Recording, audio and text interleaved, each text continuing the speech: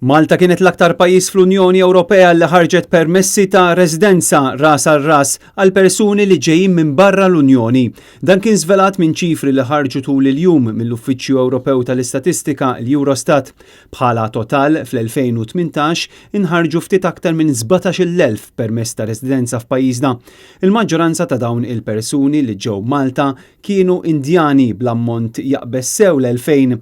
Kien hemm ukoll aktar minn 2000 persuna ġejjin mis-Serbja u aktar minn 1600 persuna ġejjin mill-Filippini.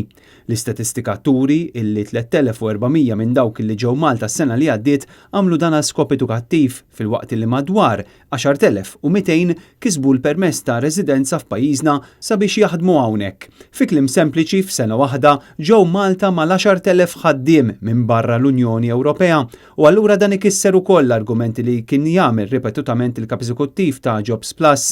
Fi kliem sempliċi, il-ħaddiema barranin li qed jimporta l-Gvern huma ferm aktar mill-10,000 li dejjem isemmi jekk magħhom iżid ħaddiema oħra għalkemm f'numri ferm iżgħar illi ġejjin minn ġewwa l-Unjoni Ewropea.